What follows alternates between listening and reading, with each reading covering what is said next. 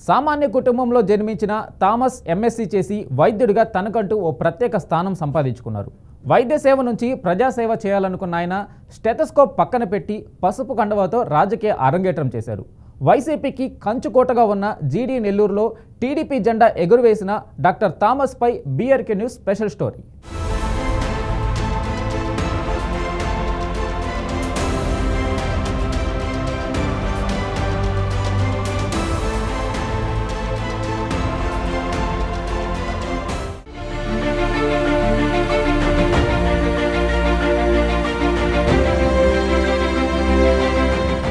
ఉమ్మడి చిత్తూరు జిల్లా జీడీ నెల్లూరులో రాజకీయాలు ఎప్పుడూ ఆసక్తికరంగానే ఉంటాయి.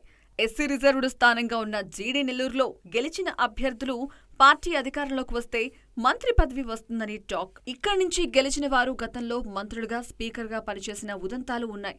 గతంలో కాంగ్రెస్, ఆ తర్వాత వైసీపీకి మంచి పట్టుంది. ఈ నియోజకవర్గంలో అయితే 2024 ఎన్నికల్లో ఫ్యాన్ రివర్స్ గా తిరగడంతో సైకిల్ పార్టీ గెలిచింది.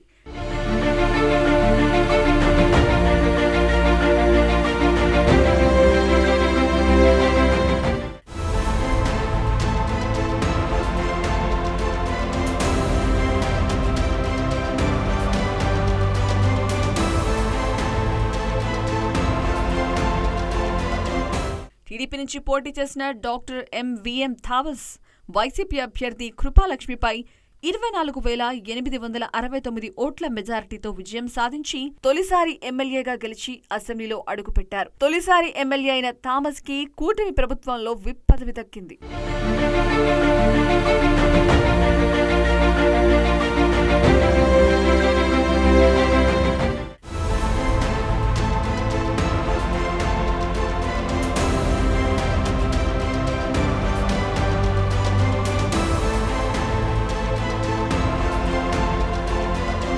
డాక్టర్ విఎం థామస్ జీడీ నెల్లూరులో మధ్యతరగతి కుటుంబంలో జన్మించారు. చదువులో చురుకుగా ఉన్న థామస్ జంతు శాస్త్రంలో డాక్టరేట్ పూర్తి చేశారు. అనంతరం ఎంఎస్సీ చేసి వైద్యుడిగా స్థిరపడ్డారు. చెన్నైలో ఫర్టిలిటీ సెంటర్ను ఏర్పాటు చేసి వైద్య సేవలు అందిస్తున్నారు. నియోజకవర్గానికి సేవ చేయాలని వైద్య రంగం నుంచి రాజకీయ రంగం వైపు అడుగులు వేశారు. ఉన్నత విద్యావంతుడవడం, ఆర్థికంగా బలంగా ఉండడంతో టీడీపీ అధిష్టానం థామస్ వైపు మొగ్గు చూపింది. దీనికి తోడు థామస్ భార్య రెడ్డి సామాజిక వర్గానికి చెందినవారు కావడంతో ఎస్సీ, రెడ్డి కాంబినేషన్ కలిసొస్తుందని టీడీపీ అంచనా వేసింది.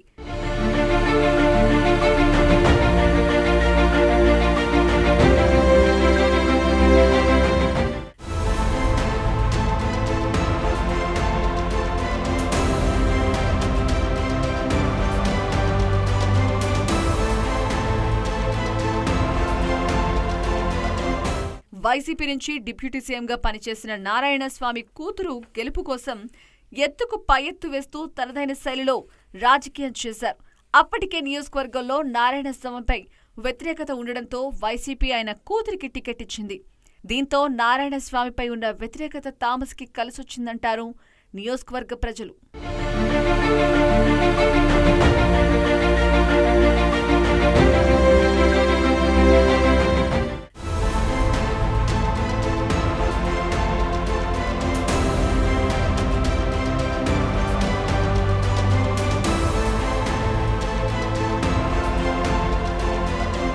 థామస్ కి వైద్యుడిగా మంచి పేరుంది.